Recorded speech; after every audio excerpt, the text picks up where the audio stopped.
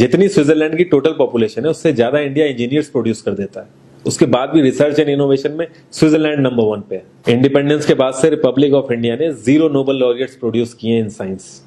USA ने 100+ कर दिए। ASER की रिपोर्ट के हिसाब से 83% एजुकेटेड इंडियंस एम्प्लॉयबल ही नहीं है। और ये जो सुंदर पिचाई सत्या नदेला की हम बात करते हैं, इन्होंने भी आगे चल के अपनी एजुकेशन बाहर से ही करी है। और ये सारी चीजें जो मैं बोल रहा हूँ ना, इसका रूट कॉज फाइंड आउट करने के लिए हमें थोड़ा सा पीछे जाना पड़ेगा। जब ब्रिटिशर्स हम पे रूल कर रहे थे तो ईस्ट इंडिया कंपनी के सामने 2 मेजर चैलेंजेस थे।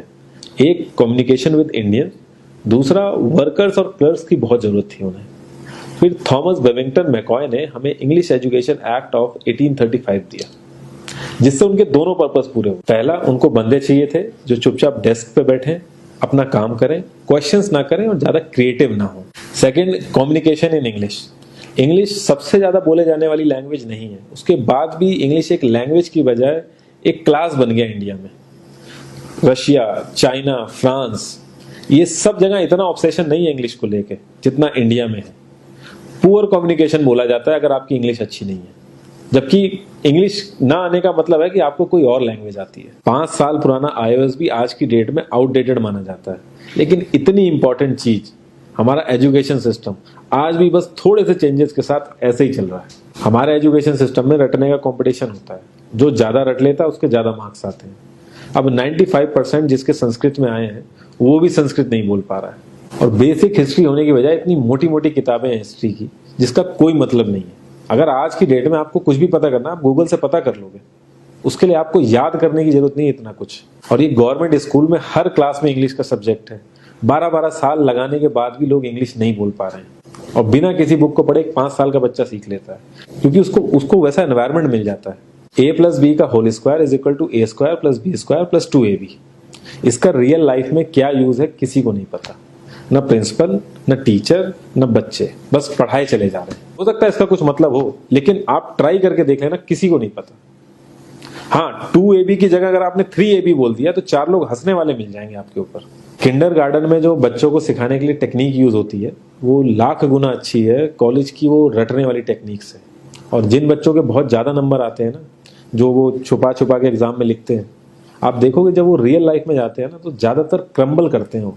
हर किसी को सेम सिलेबस और सेम चीज सिखाई जाती है बिना उसकी कैपेबिलिटी देखे। और क्रिएटिविटी का तो दूर दूर तक मतलब नहीं होता।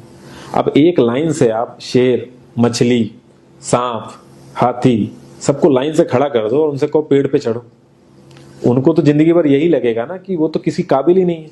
और द्रोणाचार्य ने भी पांडवों को उनकी स्किल सेट के हिसाब से उनको चीजें सिखाई, सबको एक ही चीज नहीं सिखा दी। और हमारे एजुकेशन सिस्टम में ज्यादा ऑप्शंस भी नहीं है। सबसे ऊपर साइंस, फिर कॉमर्स, और सबसे नीचे जाके कहीं नंबर आता है आर्ट्स का। आर्ट्स लेने वाले को तो लोग इतना हल्के में लेते हैं जैसे वो किसी काम का ही नहीं है। हर माँ बाप को तो इंजीनियर या डॉक्टर ही बनाना है। कॉलेज वाले अगर एक्स्ट्रा कोर्स रख भी देते हैं तो माँ बाप एंट्री नहीं कराएंगे, तो वो सारा पैसा बर्बाद होगा कॉलेज का। तो ऑप्शंस कहाँ से आएंगे? और बचपन से ही आपकी ट्रेनिंग स्टार्ट हो जाती है। माँ बाप, भाई बहन, रिलेटिव सब ये समझाते हैं अगर आपके मार्क्स नहीं आए और जॉब नहीं लगी तो आपकी जिंदगी बेकार। और लाइफ की क्रिएटिविटी को आप रखते हो साइड में, और ये अच्छे मार्क्स और अच्छी जॉब पाना आपका सपना बन जाता है। अब ये सपना पूरा हो जाता है तो बहुत बढ़िया है, दूसरे को जेलस फील कराओगे, नीचा फील कराओगे। और इस छोटी सी उम्र में अगर सपना टूट जाता है तो सेल्फ डाउट में आ जाओगे। इतना बाहर वाले आपको नीचा नहीं समझेंगे जितना आप खुद की नजरों में गिर जाओगे। आप किसी भी 4-5 सक्सेसफुल आदमियों के बारे में सोच के देखिए जिन्हें आप बहुत सक्सेसफुल मानते हो या जिनकी तरह लाइफ आप जीना चाहते हो। मैं ये कह सकता हूं कि वो इस एजुकेशन सिस्टम की वजह से तो सक्सेसफुल नहीं होंगे, चाहे वो जो भी हो। धीरू भाई अंबानी, विराट कोहली, आमिर खान, नरेंद्र मोदी, ये सब हमारे इस करंट एजुकेशन सिस्टम के ट्रैप में नहीं फंसे। इन्होंने खुद सीखा, खुद एजुकेट हुए और खुद आगे बढ़े। किसी कंपनी के सीईओ को अगर ये कहा जाए कि आप अपनी कंपनी के सारे डिपार्टमेंट में इंटरव्यू दीजिए, तो कोई गारंटी नहीं है कि वो सारे डिपार्टमेंट के इंटरव्यू निकाल लेगा।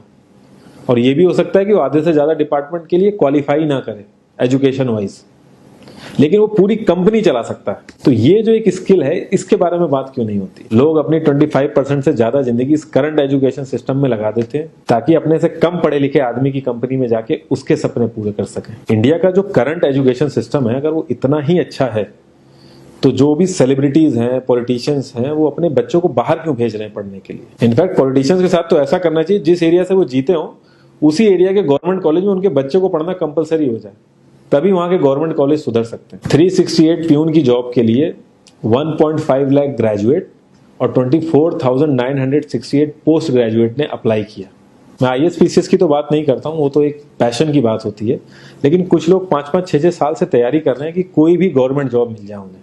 उनसे पूछोगे क्यों ऐसे इतने टाइम से लगे हुए हो, तो वो एक ही चीज बोलेंगे कि जॉब सिक्योर है। मतलब आप काम नहीं भी करोगे तो आपको निकाला नहीं जाएगा। ये सारी कामचोरी वाली बातें माइंड में इसीलिए आती हैं क्योंकि हमारा जो करंट एजुकेशन सिस्टम है वो इतना कॉन्फिडेंस ही नहीं देता है कि हम अपनी स्किल के दम पे कहीं जाके काम करें और हमें निकलने का डर ना हो। मैं आने वाले 10 साल की तो बात ही नहीं कर रहा हूँ, अगर मैं आने वाले 5 साल की भी बात करूं तो टेक्नोलॉजीज में इतना ज्यादा चेंजेस आ जाएगा कि जो आज हम पढ़ रहे हैं, जिस स्किल पे हम फोकस कर रहे हैं, पता नहीं वो रेलेवेंट भी होगी कि नहीं उस समय। Cloud computing, SEO, digital marketing, ये सब जॉब्स पहले एग्जिस्ट ही नहीं करती थी। हम लोगों को एजाइल होना पड़ेगा, नई नई चीजों को सीखने के लिए ओपन रहना पड़ेगा, क्रिएटिव माइंड लगाना पड़ेगा।